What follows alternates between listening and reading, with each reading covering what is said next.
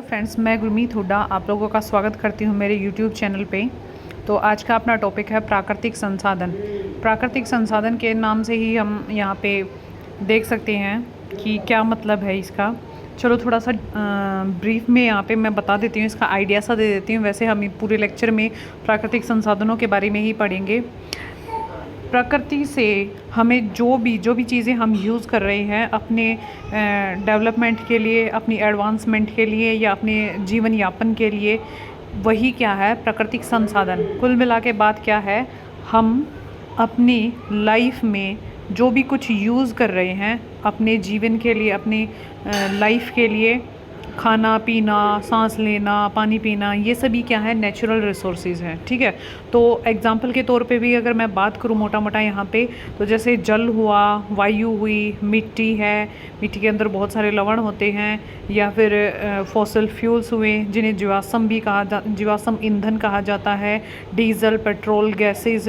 तो ये सभी चीज़ें क्या हैं, ये नेचुरल रिसोर्सेज हैं जिन चीज़ों को हम अपने पर्पस के लिए यूज़ कर रहे हैं ताकि जो है हम अपना जीवन जी सकें। ठीक है, इनके बिना हम अपने जीवन की कोई कल्पना नहीं कर सकते। ठीक है, चलिएगा। तो लेक्चर को शुरू करने से पहले मैं आपसे एक रिक्वेस्ट करती हूँ, अगर आपको लेक्चर पसंद आए तो ज़रूर लाइक कीजिएगा, चैनल को जो है ज़्यादा से ज़्यादा शेयर कीजिएगा और सब्सक्राइब कीजिएगा। मैं आप लोगों के लिए जो है CET मेंस के लिए और ग्रुप D के लिए जो है काफ़ी मेहनत कर रही हूँ कि आप लोगों का पेपर क्लियर हो। चलिएगा, नेक्स्ट हम देखते हैं अपना what is natural resource. Natural resources क्या होते हैं भाई? नेचुरल रिसोर्सेज के बारे में मैंने आप लोगों को थोड़ा आइडिया दिया है कि नेचुरल रिसोर्सेज अपने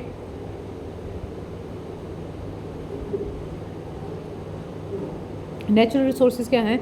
प्रकृति से प्राप्त होने वाले पदार्थ जो परोक्ष या प्रत्यक्ष रूप से मानव के जीवन के लिए आवश्यक है। तो मैंने क्या कहा, जो डायरेक्टली या इनडायरेक्टली मनुष्य के लिए, उसके मनुष्य के जीवन के लिए आवश्यक हैं, जो भी हम पदार्थ प्रकृति से लेते हैं उन्हें ही क्या कहते हैं, हम नेचुरल रिसोर्सेज कहते हैं। ठीक है, इनके अभाव में हमारा जो जीवन है वो पॉसिबल नहीं है, हम अपने जीवन की कल्पना नहीं कर सकते। इन्हें ही क्या कहा जाता है भाई, प्राकृतिक संसाधन। इससे और इजी डेफिनेशन नहीं हो सकती। होप सो आप लोगों को समझ में आया होगा। चलेगा, इसके बाद नेक्स्ट जो पॉइंट है, मानव जो है डे टू डे है, दिन प्रतिदिन जो है जैसे विकास की तरफ बढ़ रहा है, इंफ्रास्ट्रक्चर्स की डिमांड बहुत ज़्यादा है, बिल्डिंग्स वगैरह बना रहे हैं, बहुत सारे कारखाने, इंडस्ट्रीज़, या फिर मतलब अपने एडवांसमेंट के लिए क्या है, इंसान जो है इन चीज़ों का, इन नेचुरल रिसोर्सेज का ज़्यादा से ज़्यादा यूज़ कर रहा है। तो इनको एक दायरे में यूज़ किया जाए ताकि जो है इन चीज़ों का ओवर एक्सप्लॉयटेशन ना हो। ये चीज़ें ऐसा ना हो कि अभी हम इनका इतना ज़्यादा यूज़ कर दे कि ये फ्यूचर में जो है हमें मिले ही ना। ठीक है, तो मानव की दिन प्रतिदिन बढ़ती हुई आवश्यकताओं को पूर्ण करने के लिए प्राकृतिक संसाधनों व की सुरक्षा व संरक्षण अनिवार्य हो जाता है। ठीक है, तो इनकी सुरक्षा, इनका कंजर्वेशन, संरक्षण वही है, ये कंपलसरी है, क्योंकि इंसान इनको अपने मतलब के लिए इतना ज़्यादा यूज़ कर रहा है आज के टाइम पे, तो आगे भाई इनकी ज़रूरत है। तो इन चीज़ों को थोड़ा सा एक स्टैंडर्ड में, एक लेवल में ही इनको यूज़ किया जाए। ठीक है, तो प्रकृति द्वारा मानव को दिए गए ये अमूल्य उपहार हैं ओब्वियसली, क्योंकि इनके बिना हमारी लाइफ पॉसिबल नहीं है। तो मुख्यतः 6 प्रकार के प्राकृतिक जो संसाधन है, नेचुरल रिसोर्सेज है, इनके बारे में हम डिस्कस करेंगे। ठीक है, चलेगा। इसके बाद नेक्स्ट जो अपना आता है natural resources classification, example, definition and type of resources. तो डेफिनेशन तो मैं आप लोगों को बता चुकी हूँ कि हमारे पर्यावरण में उपलब्ध प्रत्येक वस्तु, वो वस्तु जो हमारी आवश्यकताओं को पूरा करने के लिए हम यूज़ करते हैं। ठीक है, जो भी वस्तु इस नेचर में अवेलेबल है, चाहे मैंने बताया, चाहे वो जल है, चाहे वो मिट्टी है, चाहे वो भोजन है, फॉसिल फ्यूल्स हैं, ऑयल है, जीवाश्म है, या फिर जैसे पेड़ पौधे हैं, पेड़ पौधों से हम फल फूल ये चीज़ें एक्सट्रैक्ट करते हैं, पेड़ हमें जो है ऑक्सीजन देते हैं, कार्बन डाइऑक्साइड लेते हैं। तो ये सभी चीज़ें क्या हैं भाई, ये क्या है, नेचुरल रिसोर्सेज ही हैं। ठीक है, पेड़ों से हम क्या कर रहे हैं भाई, पेपर बना रहे हैं, पेड़ों से ही हम लकड़ी प्राप्त कर रहे हैं जिसे हम फर्नीचर बना रहे हैं, बिल्डिंग्स में यूज़ कर रहे हैं वुड को, लकड़ी को। तो ये क्या भाई, नेचुरल रिसोर्सेज। ठीक है, जो आर्थिक रूप से संभाव्य और सांस्कृतिक रूप से मान्य है। क्या? ये नेचुरल रिसोर्सेज। ठीक है, तो ये कुछ डेफिनेशन थी नेचुरल रिसोर्सेज से रिलेटेड। अगर आपका मन हो तो इसको और भी पढ़ लेना, मैंने जो मेन बात है वो आप लोगों को बता दी है। इंसान जो खुद है, स्वयं है, वो इन संसाधनों का महत्वपूर्ण हिस्सा है। ठीक है, क्योंकि मानव जो है, इंसान है, वो इस प्रकृति के साथ, इन रिसोर्सेज के साथ डील करता है टेक्नोलॉजीज़ को यूज़ करके, अलग अलग टेक्नोलॉजीज़ का प्रयोग करके जो है प्रकृति के साथ क्या करता है भाई, क्रिया करता है। ठीक है, और अपनी आर्थिक और जो सामाजिक विकास की गति है उसको बढ़ाता है। ठीक है, तो इन संसाधनों का वर्गीकरण भाई हम देखते हैं कि संसाधन है जो ये नेचुरल रिसोर्सेज, इनकी क्लासिफिकेशन देखते हैं, ये कितने टाइप के हैं। तो सबसे पहले हम देखते हैं संसाधनों का वर्गीकरण। देखो, संसाधनों को अलग अलग जो है तरीके से डिवाइड किया गया है कि उत्पत्ति के आधार पे, समाप्यता के आधार पे, स्वामित्व के आधार पे, या विकास के स्तर के आधार पे कि किस हद तक विकास हुआ है और उनको फिर उनको किस प्रकार से जो है डिवाइड किया है। ठीक है, तो उत्पत्ति के आधार पे सबसे पहले हम बात करते हैं इन संसाधनों का वर्गीकरण या नेचुरल रिसोर्सेज का वर्गीकरण।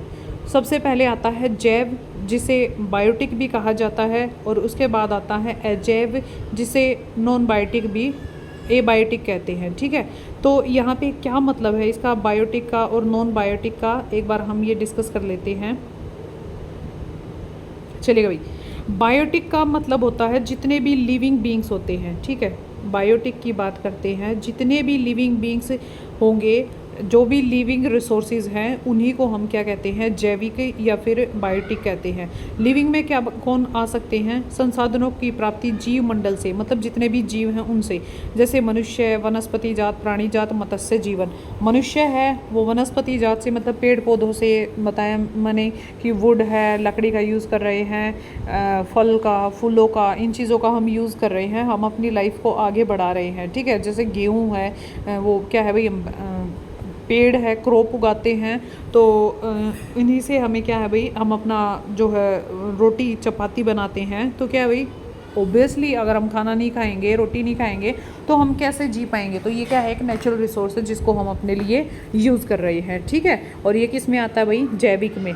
प्राणी जात जैसे एनिमल्स से उनकी खाल है, खाल से हम क्या ले रहे हैं भाई, उनकी खाल से हम जो है चमड़ा वगैरह बना रहे हैं, या फिर ऊन वगैरह लेते हैं हम इन जंतुओं से, जैसे गाय भैंस हैं, उनसे हम दूध ले रहे हैं, घी बना रहे हैं। तो ये सभी क्या है भाई, प्राणी जात के जो प्राणी जात है, उदाहरण है जैव का ही। ठीक है, मत्स्य जीवन, ये सभी किस में आते हैं, बायोटिक कंपोनेंट्स में। फिर इसके बाद नेक्स्ट है अजैव संसाधन, जो निर्जीव वस्तुओं के बने उदाहरणार्थ, मतलब जो निर्जीव वस्तुओं से बने हुए हैं, नॉन लिविंग है, तो उसमें चट्टानें, धातुएं, जीवाश्म, ऑयल से, ठीक है, गैसेज, ये सभी आ जाएंगे अजैव में। ये उत्पत्ति के आधार पे जो है संसाधनों का प्रकार था, सबसे पहला प्रकार। फिर इसके बाद नेक्स्ट आता है समाप्यता के आधार पे। समाप्यता का मतलब क्या है कि वो रिसोर्सेज जो एक टाइम के बाद ख़त्म हो जाएं, या फिर हम उन्हें दोबारा से बना सकते हैं या नहीं, कुछ इस टाइप से। तो सबसे पहले हम यहाँ पे देखते हैं नवीकरण योग्य, मतलब रिन्यूएबल, इन्हें क्या कहते हैं हम, रिन्यूएबल। जिन्हें दोबारा से बनाया जा सकता है उन्हें रिन्यूएबल कहा जाता है। तो दोबारा किन्हें बना सकते हैं भाई हम, जैसे सौर है, ये कभी ख़त्म ही नहीं होंगी, दोबारा बनाने की क्या ज़रूरत है। सौर है, पवन ऊर्जा है, जल है, वन है, वन्य जीवन है, ये सभी चीज़ें क्या हैं, कभी ख़त्म नहीं होंगी, इन्हें रिन्यूएबल कहा जाता है। और नॉन रिन्यूएबल कौन से होते हैं, जो एक बार यूज़ करने के बाद एक टाइम के बाद ख़त्म हो जाएंगे, जैसे जीवाश्म ईंधन बताया, डीजल, पेट्रोल, गैसेज जैसे CNG, LPG वगैरह, ये क्या है भाई, ख़त्म हो जाएंगी एक टाइम के बाद। ठीक है, चलिएगा, तो ये समाप्यता के आधार पे हमने इसको डिवाइड किया। इसके बाद नेक्स्ट है स्वामिता के आधार पर। स्वामिता के आधार पर का क्या मतलब है कि स्वामी हम मतलब कौन किसका, मतलब कौन जो इन रिसोर्सेज का स्वामी है। एक सिंगल इंसान भी हो सकता है, उस रिसोर्स का, एक समुदाय भी हो सकता है, पूरी कम्युनिटी भी हो सकती है, एक राष्ट्र भी हो सकता है, और इसको अंतर्राष्ट्रीय लेवल पर भी जो है स्वामित्व हो सकती है। कैसे हो सकती है, देखिए, व्यक्तिगत रूप से ऐसा हो सकता है कि भाई कोई अपना एक स्पेशल अपना बाग लगा ले, या किसी का जो है नलकूप हो, या किसी का कुआं हो, जल का कुआं हो, तो ये क्या भाई व्यक्तिगत है। ठीक है, एक सिंगल व्यक्ति के हैं। तो स्वामित्व के आधार पर सबसे पहला जो हिस्सा है वो है व्यक्तिगत निजी व्यक्तियों के स्वामित्व में, जैसे बाग, चरागाह, तालाब और कुओं का जल आदि आते हैं। ठीक है, फिर इसके बाद एक कम्युनिटी के हो सकते हैं। एक पूरी कम्युनिटी जो है इनको यूज़ करती है, तो उसके बेसिस पे जैसे चारण भूमि है भाई, शमशान भूमि है, तालाब है। ये जैसे तालाब है पूरी कम्युनिटी यूज़ करेगी, पूरा गांव यूज़ करेगा या कोई पूरा कस्बा यूज़ कर रहा है। शमशान भूमि ऐसा तो है नहीं किसी की स्पेशल है, तो ये क्या है, पूरी समुदाय के है। ठीक है, पूरी किसका भाई, पूरी कम्युनिटी का, पूरे समुदाय का है। फिर इसके बाद अगर हम बात करते हैं नेक्स्ट, हमारा जो राष्ट्र है, राष्ट्र की भी अपनी होती है। जैसे अपनी झीलें हो सकती हैं, स्पेशली जल की झीलें हो सकती हैं, नदियाँ हो सकती हैं, वन हो सकते हैं, या फिर खनिज पदार्थ हो सकते हैं। जैसे झारखंड वगैरह में जो खाने हैं, उड़ीसा में हैं खाने हैं कोयले वगैरह की। तो ये क्या भाई, ये एक राष्ट्र की संपदा है। ठीक है, तो राष्ट्र की स्वामित्व है इसमें। अगर अंतर्राष्ट्रीय की बात करें, लास्ट जो पॉइंट आता है, फोर्थ पॉइंट आता है इसमें, तो अंतर्राष्ट्रीय है पूरा जो इंटरनेशनल लेवल पे स्वामित्व हो सकती है। अंतर्राष्ट्रीय संस्थाएं संसाधनों को नियंत्रित करती हैं। ठीक है, जो इंटरनेशनल जो संस्थाएं होती हैं वो क्या भाई नियंत्रित करती हैं। जैसे महासागरीय संसाधन है, ऐसा तो है नहीं भाई महासागर किसी एक स्पेशल एक ही देश का हो। बहुत सारे कंट्रीज़ अगर किसी महासागर को टच करते हैं तो उसमें भाई संस्था बनानी पड़ेगी कि भाई ये हिस्सा इस देश का, ये हिस्सा इस देश का है, या फिर उनका जो है रख रखाव जो है कौन करेंगी, ये संस्थाएं रखेंगी। ठीक है, और ऐसा नहीं है कि भाई कोई एक देश उसको यूज़ कर जाए सारा और बाकी देश बैठे रह जाएं। ठीक है, तो ये इंटरनेशनल जो कमेटीज़ हैं वो बनाई जाती हैं इसके लिए। ठीक है, चलेगा। फिर इसके बाद नेक्स्ट है विकास के स्तर के आधार पर।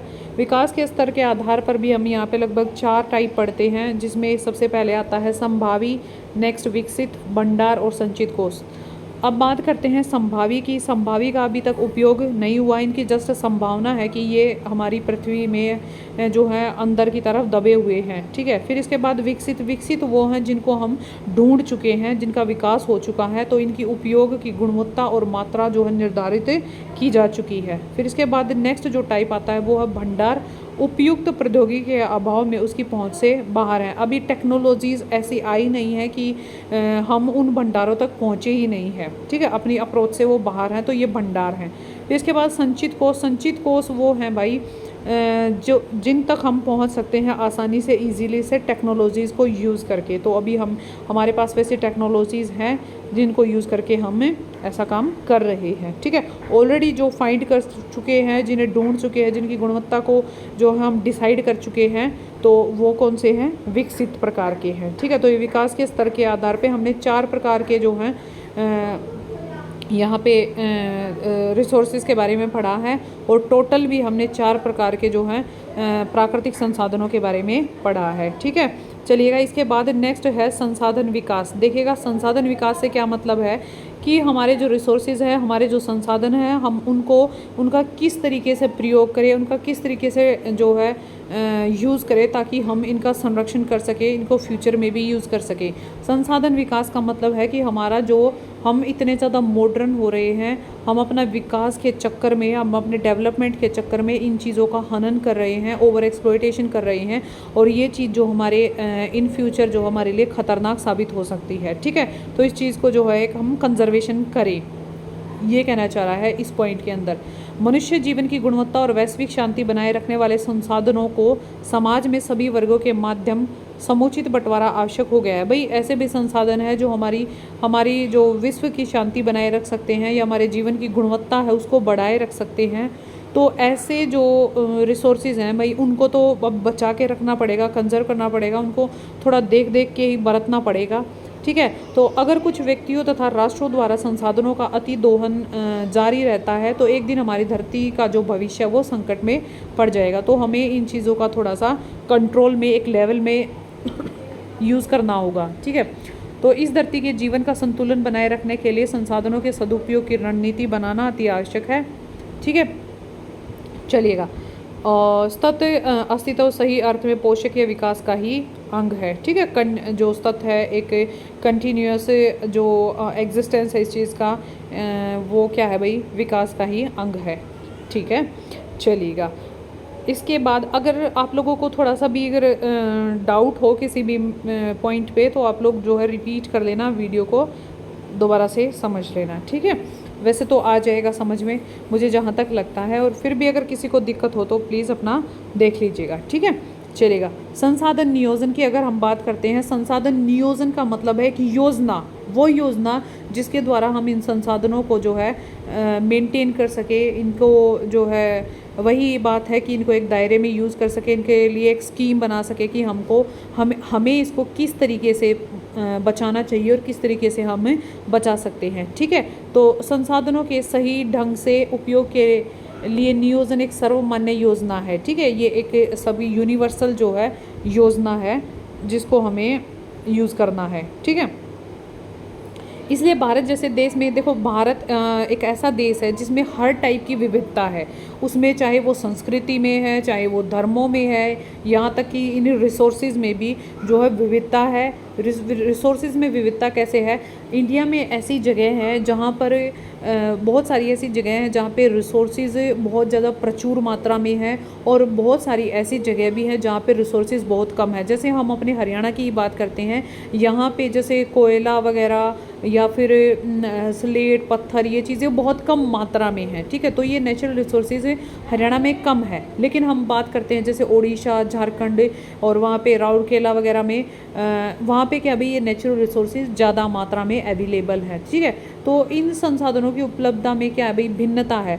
और अब ऐसा हो कि जो उड़ीसा वाले हैं या झारखंड वाले हैं वो इन चीज़ों का ओवर एक्सप्लॉयटेशन करें, इन चीज़ों को बहुत ज़्यादा मात्रा में यूज़ करें, तो हरियाणा वाले तो रह जाएंगे भाई, इनको कहाँ से मिलेगा। या फिर जो है अपने ये राजस्थान वाले, यूपी वाले, ये लोग जो है कहाँ से यूज़ करेंगे, या फिर फ्यूचर में आने वाले लोग कैसे यूज़ करेंगे। तो एक ऐसी योजना बनाई जाए, ऐसे रूल्स बनाए जाएं कि हर कोई व्यक्ति इन चीज़ों को यूज़ कर सके और एक ही लेवल में यूज़ करें, सब एक ही ढंग से इसको यूज़ करें। ठीक है, तो यहाँ पे और यह भी अहम है, यहाँ ऐसे प्रदेश भी हैं जहाँ एक तरह के संसाधन की उपलब्धता है परंतु दूसरे तरह के संसाधनों की कमी है। जैसे हम राजस्थान की बात करें, वहाँ पे कॉपर है, वहाँ पे तांबा है, तांबे की खान है। तो अब ऐसा तो है नहीं कि वो सारे तांबे को यूज़ कर जाएं और फिर झारखंड वाले उनको, उड़ीसा वाले उनको कोयला नहीं दे। तो इन चीज़ों के लिए एक योजना तो बनानी पड़ेगी। ठीक है, चलेगा। कुछ क्षेत्र ऐसे भी हैं जो संसाधनों की उपलब्धता के विषय में आत्मनिर्भर हैं, और कुछ ऐसे क्षेत्र भी हैं जहां बेशकीमती संसाधनों की अत्यधिक कमी है। उदाहरण के तौर पे जैसे झारखंड, मध्य प्रदेश, छत्तीसगढ़ आदि प्रांतों में जो है खनिज और कोयले के पर्याप्त भंडार हैं। यही बात मैं आप लोगों को बता रही थी, मैंने बता दी है। अभी बात करते हैं यहाँ पे अरुणाचल प्रदेश में जल संसाधन प्रचुर मात्रा में पाए जाते हैं जहाँ मूल विकास की कमी है। ठीक है, राजस्थान में पवन और सौर ऊर्जा संसाधनों की बहुतायत है, वहाँ पे बहुत ज़्यादा मात्रा में है, लेकिन जल संसाधनों की कमी है वहाँ पे। लद्दाख का शीत मरुस्थल देश के अन्य भागों से अलग थलग पड़ता है, यह प्रदेश सांस्कृतिक विरासत का धनी है। तो मतलब हर जगह की एक खासियत है, लेकिन वही है फिर उस चीज़ को जो है हमें अच्छे से जो योजना बनाएं कि भाई आप लोग भी यूज़ किए करो और हम भी यूज़ करेंगे। ठीक है, तो हमारे नेचुरल रिसोर्सेज को हमें बचाना होगा योजना बना के, ताकि हमारे इनकमिंग फ्यूचर जनरेशन भी इस चीज़ को यूज़ कर सके। ठीक है, परंतु यह जल आधारभूत संरचना तथा कुछ महत्वपूर्ण खनिजों की कमी है, तो इसलिए राष्ट्रीय, प्रांतीय, प्रादेशिक और स्थानीय स्तर पर संतुलित संसाधन नियोजन की आवश्यकता है। ठीक है भाई, तो कुल मिला के यहाँ पे क्या है, नेचुरल रिसोर्सेज जो भी हम अपने जीवन के लिए यूज़ कर रहे हैं, और इनको इसकी 4 टाइप हमने पढ़े हैं अपने नेचुरल रिसोर्सेज के, और इनको कैसे बचाना है। हमारा विकास भी ज़रूरी है, लेकिन इनको बचाना भी ज़रूरी है, वरना जो है इस पृथ्वी का जीवन फिर संकट में आ जाएगा। ठीक है, तो कुल मिला के नेचुरल रिसोर्सेज से रिलेटेड ये कुछ बात मैंने आप लोगों को बताई है। इसके बाद नेक्स्ट हम जो है फॉरेस्ट रिसोर्सेज, वाटर रिसोर्सेज के बारे में पढ़ेंगे। मिलते हैं नेक्स्ट वीडियो में, और अगर आपको मेरी वीडियो पसंद आई हो, अगर कंटेंट पसंद आया हो, तो ज़रूर वीडियो को लाइक कीजिएगा, शेयर कीजिएगा एंड सब्सक्राइब कीजिएगा चैनल को। Thank you, have a nice day.